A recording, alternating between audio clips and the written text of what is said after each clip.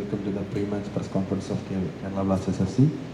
We have our interim head coach and player Vipin Mohanan. The floor is open for questions.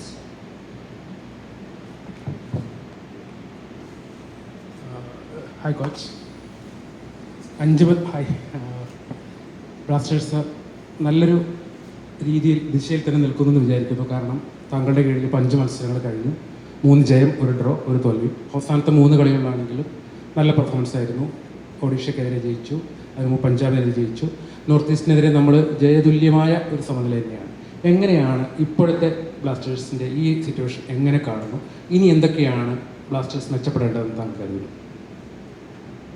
What we actually were planning, or what when we take charge, me and Thomas and our coaching staff take charge.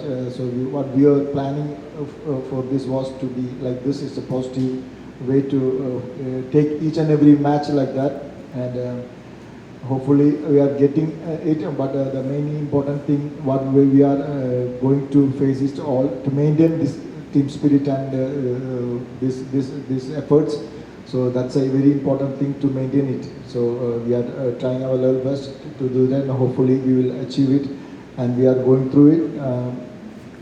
Next matches are crucial for us, so all the players know their jobs and responsibilities, and they are doing it with very positive approach. We are happy with that, but the most important thing is to maintain it. അത് maintain ചെയ്യുന്ന കാര്യം പറയുമ്പോൾ, ഇപ്പോൾ താങ്കളുടെ കീഴിൽ കളിച്ച 5 മത്സരങ്ങളിൽ top 6-ലുള്ള 2 ടീമുകളാണ് ഉണ്ടായിരുന്നത്. ഇനിയുള്ള 7 വേ മാച്ചിൽ 4 പേരും ടോപ്പ് 6-ലുള്ള ടീമുകളാണ്. സോ കുറേ കൂടി ടഫായ ഒരു രീതിയാണ്, അല്ലെങ്കിൽ ഏറ്റവും ശക്തരായ സ്ട്രോങ്ങസ്റ്റ് ഒപ്പോണന്റ് നേരിടാൻ പോകുന്നേ ഉള്ളൂ. ടോപ്പ് 6-ലെ 4 ടീമുകളെ ഇനിയുള്ള 7 കളികളിൽ നേരിടണം. അതിന് എങ്ങനെയാണ് പ്രിപ്പയർ ചെയ്യുന്നത്? എങ്ങനെയാണ് ആ കളികളെ സമീപിക്കുന്നത്? Obviously, we have to overcome all the teams. What if we want to achieve our goal? So we are planning for it match by match. Maybe the strong team, I don't know how to explain. We have to take charge of that, and we are doing our level best to cover all the possibilities of all the weaknesses of the opponents. Let's see what happens right now, but we will fight. That's sure. We will fight for it. That's it. Coach, East Bengal is currently on a rough phase after 3 defeats currently. So is that an added advantage for Kerala Blasters? But it's an away game also that should be taken into consideration. Every match is a different match. We can't say that they lose 3 matches, or they have a quality players. They are playing in their ground. So it will be quite difficult for us. Like through all our team spirit and teamwork, what we are going through, if we maintain it and if we do stick on to our plans and implement it in the right way in the ground, hopefully we can achieve that. But we have to take it very seriously, and very good team, and with all respect to the opponents. Let's see what happens after that. So after you guys took over, the top 6 is a near possibility for Kerala Blasters right now. Any points grabbed over time will result in serious changes in that table. So if you can grab 3 points, you will reach the top 6 right now, but it can change the coming games. So is that a near possibility that you look forward to? When we took charges, we did never think of this super 6 or anything like that. We are just taking match by match. The next opponent, how to take the next opponent like that. We are tracking them. Only the things that are doing the next opponent. Let's hopefully, if our performance go well and we achieve all our goals, hopefully we can achieve our main thing. But we have some plans. Let's see what happens afterwards. Thank you, Coach. Thank you. Vipin, so you are again coming back from an injury. So how well you have coped up with that, and how good your fitness right now? ഞാൻ എന്താ പറയാന്ന് വെച്ചാൽ fitness ആയി വരുന്നുള്ളൂ. കാരണം ഞാൻ അധികം ഇപ്പോൾ ട്രെയിനിങ് ചെയ്തിട്ടില്ല, ഇഞ്ചുറി മാറിയിട്ട്.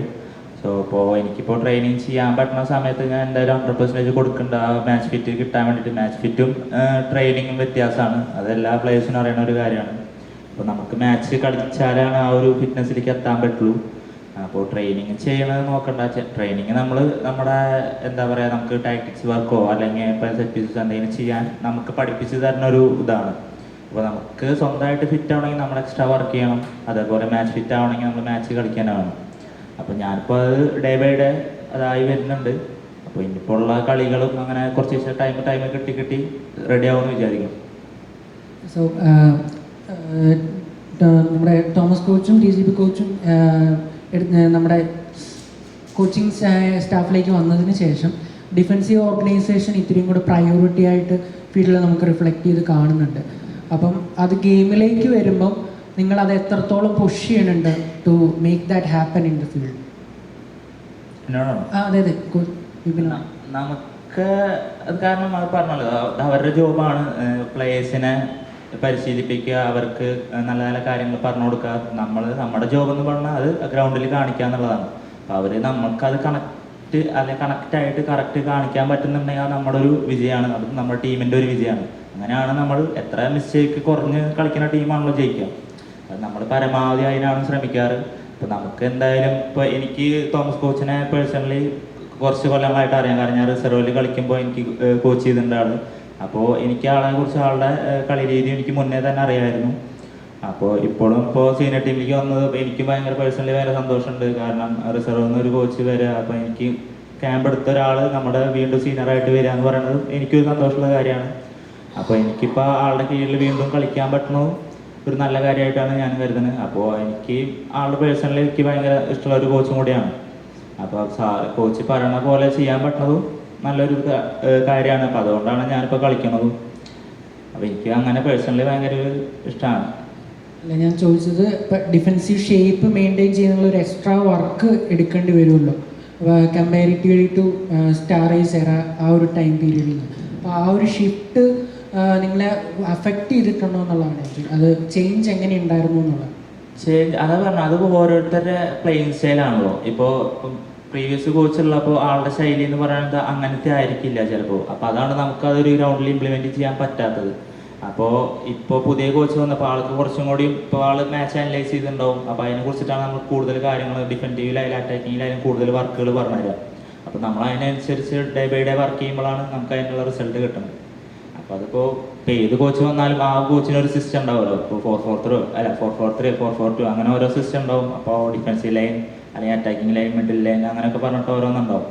അപ്പോൾ നമ്മൾ അതിന് കറക്റ്റായിട്ട് ഇംപ്ലിമെൻറ്റ് ചെയ്യുമ്പോഴാണ് നമുക്ക് റിസൾട്ട് ഉണ്ടാവും. അതിപ്പോൾ ഇപ്പോൾ ഈ കോച്ച് വന്ന 5 കളിയിൽ നമുക്ക് 3 കളി റിസൾട്ട് കിട്ടിയതും ആ ഒരു ഇതാണ്. നമ്മൾ അത്രയും ഗോള് കൺസീഡ് ചെയ്ത് കുറഞ്ഞതും അങ്ങനത്തെ ഒരു പ്രാക്ടീസ് എനിക്ക് ഡിഫറെൻ്റ് ആയിട്ടാണ്.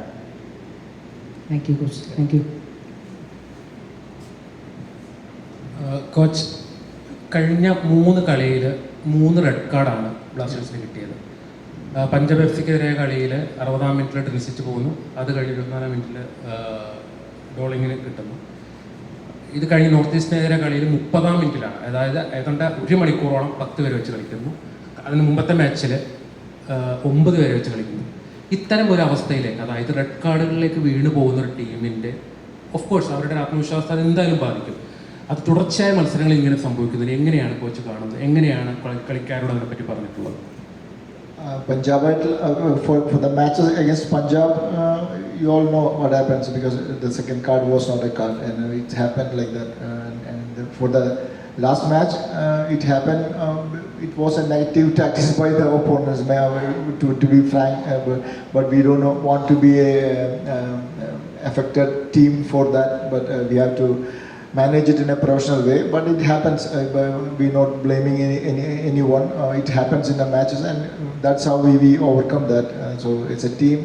We have to stand for each and every situation what happens in the ground, and all the players are professional players. They know what's their jobs and they are doing it.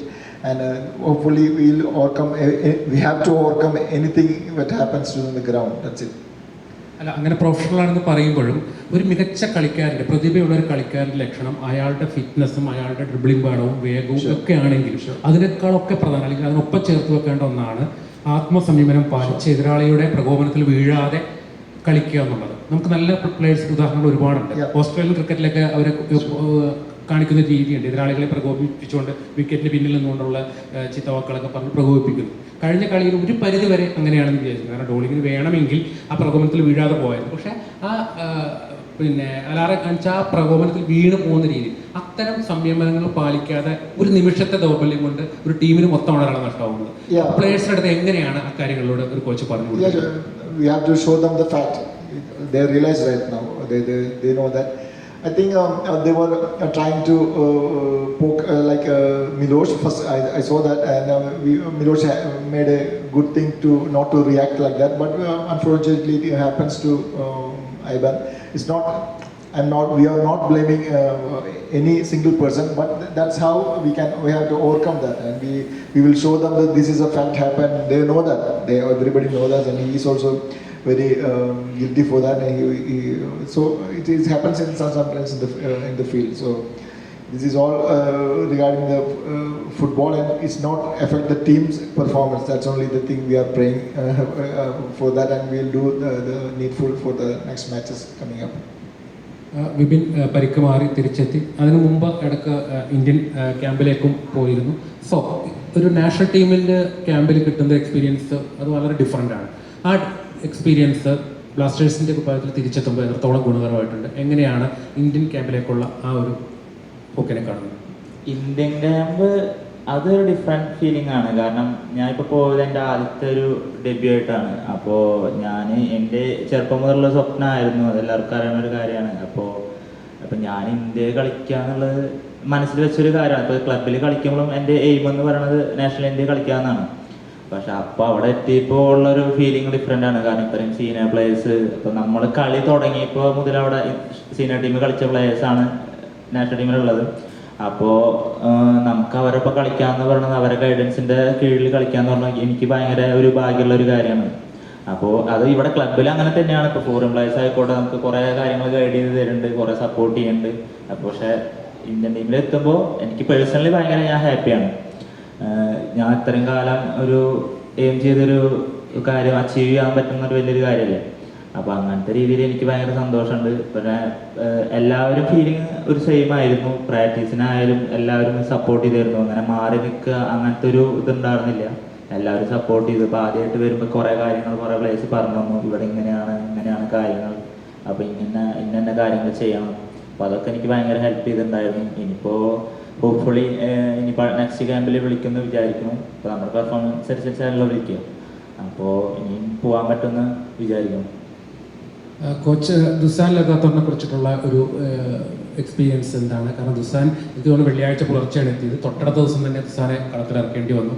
ഒരു വളരെ കുറച്ച് സമയം, കാരണം അതൊരു അങ്ങനെ സാഹചര്യത്തിൽ, ആവശ്യമായ സാഹചര്യത്തിൽ ഇറക്കിയതായിരിക്കാം. അത്ര പെട്ടെന്ന് ഇറക്കേണ്ടിയിരുന്നോ? എങ്ങനെയാണ് ദുസാൻ ഇപ്പോൾ ടീമുമായിട്ട് ഇണങ്ങി ചേർന്നിരിക്കുന്നത്? ദുസാനെ കുറിച്ച് പറയാനുള്ളത്? Regarding Dusan, he need to adapt for the team as soon as possible. That's a thing. What the team will get a moral for the player like him. He is a very good player with a lot of qualities.